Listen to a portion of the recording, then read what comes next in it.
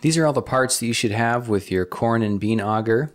Before you start, you want to make sure that you have the grain mill mounted securely to a heavy table or a workbench, something that's not going to move around on you. That's really important for everything, really, for grinding especially, but also for installing the corn and bean auger. Grasp the adjustment knob firmly and rotate the flywheel counterclockwise to loosen the adjustment knob. Or you can just spin the knob itself, it works either way. Pull off the two washers on the outside of the rotating plate, then pull the rotating plate off. Now rotate the shaft and so the key is on top of the shaft. It's just easier to get to that way. And then use a tool such as a large Allen wrench or a screwdriver to pry the key loose. This was actually shot in slow motion just to give you more detail. It's snug, so you need to pop it out. Then remove the large spring auger. Inside the hopper, you want to remove one of the washers there. So slide that out. Then put a small key into the keyway. Then you'll install the corn and bean auger. You want to make sure you put the solid end onto the shaft first. Slide it on and make sure that the keyway in the auger lines up with the key, and push it all the way back.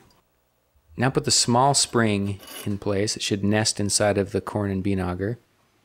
And then use the remaining small key to hold everything together. Again, use a tool to push that into place.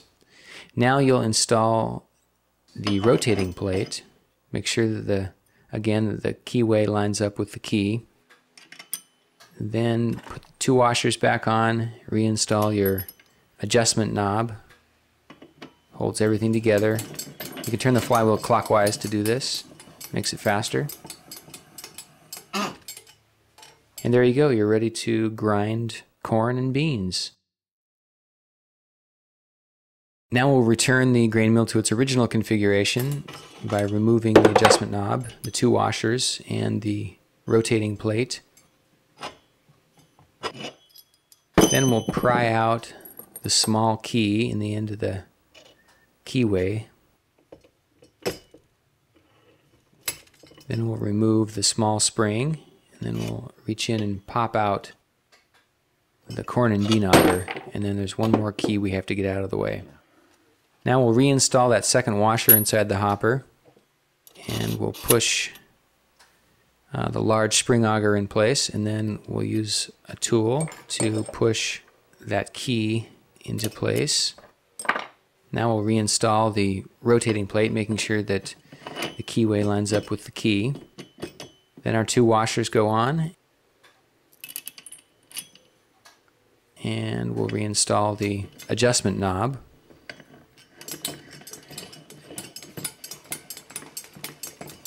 And snug it down till the plates touch all the way around, and you're ready to grind grain.